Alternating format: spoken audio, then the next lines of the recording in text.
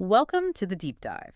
So today, instead of a broad survey, we're really zooming in, going laser focused on just one very specific and frankly pretty unusual source. Yeah, we're talking about a detailed account of a near-death experience, an NDE, Hmm. from a man identified as Robert L. This happened back in March 1990. Exactly. And our mission really is to treat this specific account like a piece of evidence. We want to unpack it. We're looking closely at the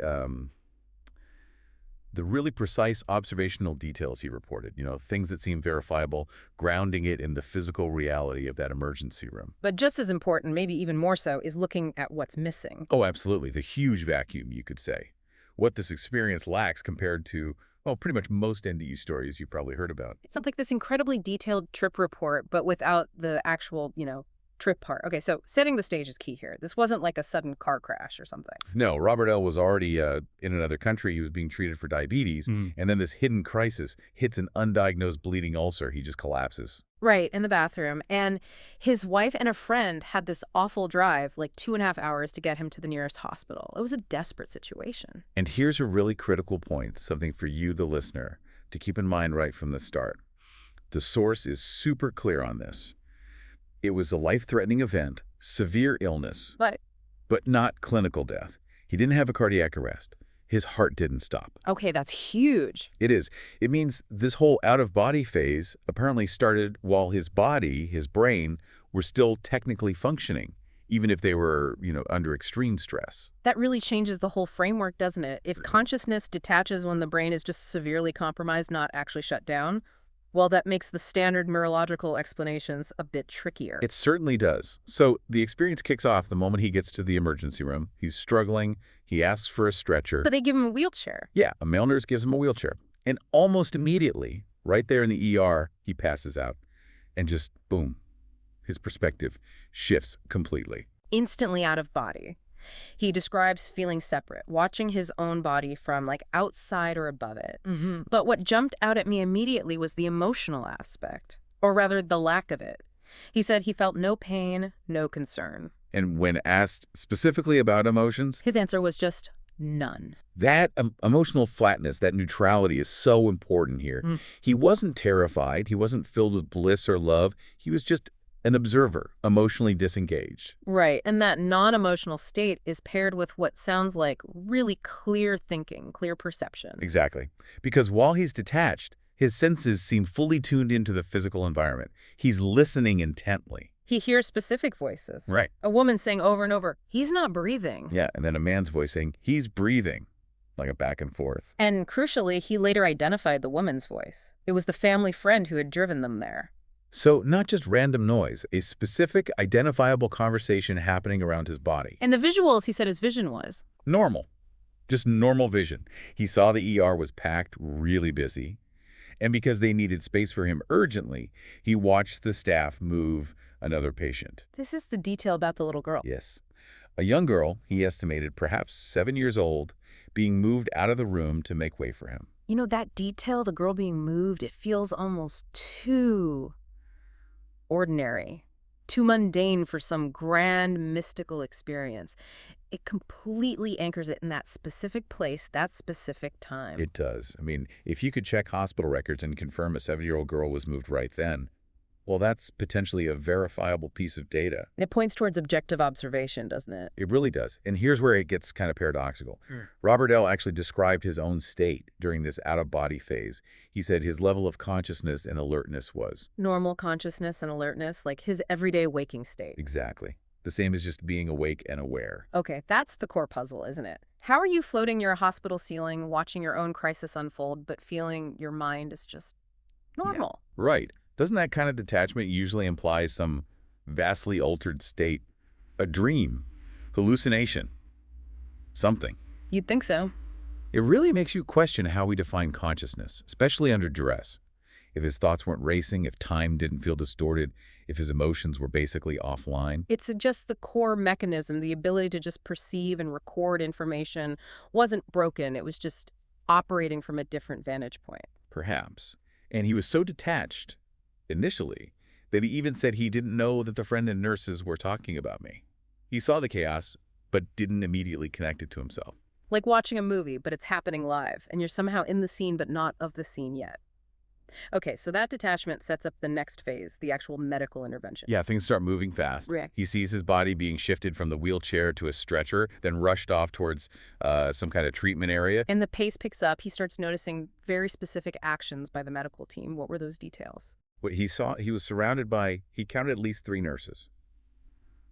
And they were getting the defibrillator ready. Defibrillator paddles. Okay, that signals things were serious. Very serious. And again, another detail that seems grounded in physical reality, hard to just dream up while unconscious on the floor. Yeah.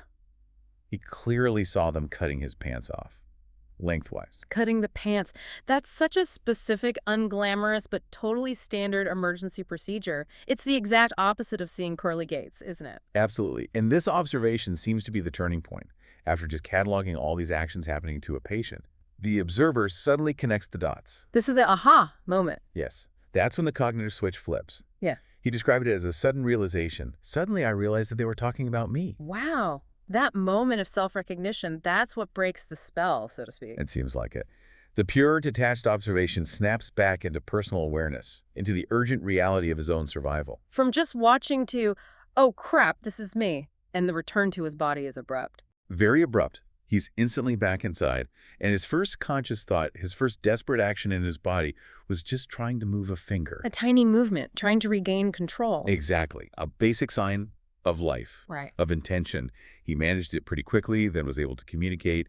He stabilized, and they eventually operated on the ulcer. I think it was the following Saturday. Okay, so that whole sequence, detached observation, specific details like the pants cutting, the sudden realization, the snap back, the struggle to move a finger. It's a powerful narrative. It really is. So we have this account, packed with potentially verifiable objective details, the girl, the defib prep, the friend's voice, the pants. Now let's completely flip the coin. Let's talk about everything that's not there, all the stuff we usually expect from an NDE. Right. And the absence is almost as striking as the presence of those details. For anyone familiar with, popular accounts of NDEs, this list is going to sound, well, empty. First off, the overall feeling, he classified it as... Neither pleasant nor distressing. Completely neutral. Okay, so let's tick off the classic elements. Did he, travel anywhere metaphysically, go down a tunnel? Nope. No tunnel. No sense of entering some other unearthly world. And no vision of a brilliant light, the kind that often feels loving or communicates something. None of that. That's huge right there. That's often the centerpiece. It is. Totally missing here. What about encounters? Seeing beings, deceased relatives, angels, guides? 0. He didn't report seeing any beings at all, whether dead or alive, spiritual or otherwise. So take out the tunnel, the light, and the guides, and you've basically removed, 90% of the common NDE narrative? Pretty much. What's left is just the stark, verifiable reality of that hospital room, seen from an unusual angle. Okay, this is the part I find really fascinating. Yeah. The lack of any deep insight or revelation. Did he come back understanding the secrets of the universe? Did he see his life flash before his eyes? Nothing like that. He explicitly reported gaining no special knowledge at all. No life review, no glimpses of the future, no sudden understanding of everything. No answers about the meaning of life, his purpose, the afterlife, love? None. The experience was, it seems, purely observational documentation, not a revelation. That is just remarkable. It gave him data about the medical team's actions, but 0 data about philosophy or existence. What about the aftermath? Did this experience change him fundamentally? His beliefs? His religion? Apparently not. He was Christian Catholic before it happened, and he stayed Christian Catholic afterwards. No spiritual upheaval? Right. No conversion? No. He actually stated the experience was, quote, entirely consistent with the beliefs you had at the time. And critically, he reported no changes in his personal values or beliefs after the event. That really sets it apart, doesn't it? So many NDE accounts involve this profound transformation, people changing their entire outlook on life, sometimes abandoning old faiths or embracing new ones. Exactly, but not here. This was different. It's less like a spiritual awakening and maybe more like accessing surveillance footage from a very strange camera angle. Okay, let's talk about how he views it now. The certainty aspect. Did he think it was a dream or... No, he was and remains certain. He believes the experience was definitely real, both right after it happened and still today, years later. And that certainty is linked to how well he remembers it, right? Especially given he was in a major medical crisis. Yes, memory fidelity is key here. He reported remembering the NDE itself more accurately than other life events that occurred around the time of the experience. More accurately, wow. Yeah.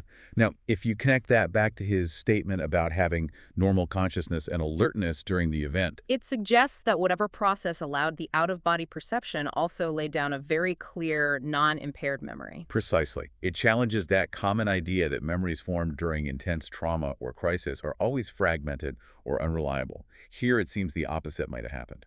So high alertness, emotional neutrality, specific objective details, and a crystal clear memory afterwards. That combination makes this account really compelling, almost like a baseline piece of data for consciousness research. I think so.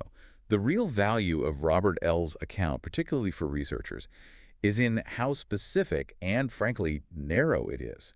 It presents this intriguing potential evidence for consciousness functioning outside the body. But without all the usual spiritual or emotional layers. Exactly, and sort of strips away the profound overlay that often makes NDEs so hard to pin down objectively. It's almost like the raw data of detached perception. It's like the ultimate NDE for a skeptic, maybe. Yeah. Delivered by the person who actually went through it.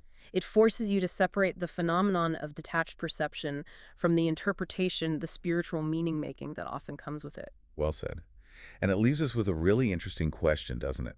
If a severe, life-threatening event can produce an experience like this, high alertness, objective observation of the immediate surroundings, total emotional neutrality, what does that very specific stripped-down combination tell us? What does it tell us about the link between a physical crisis and this kind of non-physical perception? Does it suggest maybe the core experience can be just observation, cold, clear observation? Yeah, it makes you wonder if maybe the tunnels, the lights, the beings, are those sometimes features added later?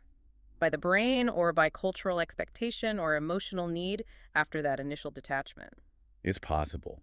Robert L's experience hints that the fundamental ability to perceive non-physically might, at its core, be entirely neutral and observational. Something definitely worth mulling over, especially when you compare this account to those grand, sweeping narratives of cosmic journeys and transcendence, a very different kind of data point.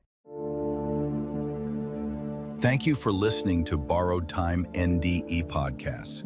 If you enjoyed this episode, don't forget to like, subscribe, and turn on the notification bell so you'll never miss a moment of inspiration. Until next time, wishing you an extraordinary and truly wonderful time on your journey through life.